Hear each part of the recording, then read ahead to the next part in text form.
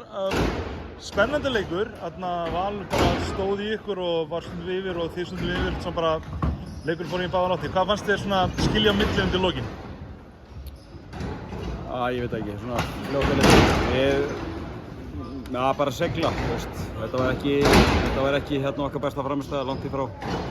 En ég ánægður með bara úr því við vorum komnar í holu að við náðum að fæta tilbaka og setjum stór skot, kláraðum með stór play í restina sem að hérna kemur okkur yfir erfiðasta hérna. Það er dálítið spennandi lið sem við erum með. Þið geta á hverjum tíma yfirleitt verið með tvær yfir 1.85, 1.90 bara inn á vellinum í einu. Það hlýtur að hrikalega öflugt, bara að verður svo gott veganest inn í það sem eftir þess tímabilsins.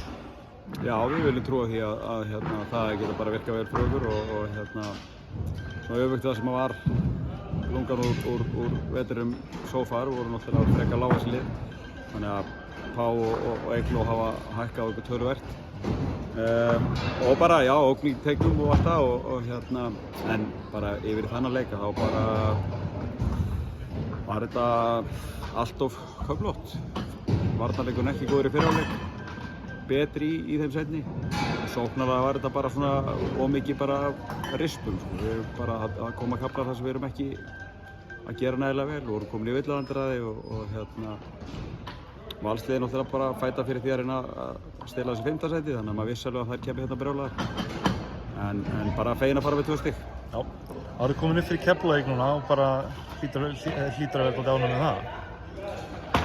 Ég er ánægður með stigin 2, þú spurði sig frá hvernig hinn leikurinn fór og ég manna erfiðan leika á miðvikudaginn og svo hefur við 4 erfiðan leiki viðbót í þessari baráttu. Við svona vissum að við erum svona nokkuð langt komið með að vera í top 4 og hitt í sjálfu sér bara, barátta næstu vikna að reyna að fikra sig ofar. Við þurfum bara að byrja á því að kíkja á þennan leik og sjá hvað við getum laga fyrir miðvikudaginn á móti leiki góðu Þórsliði sem ég held að við þurfum betri frammistöðu til þess að leggja.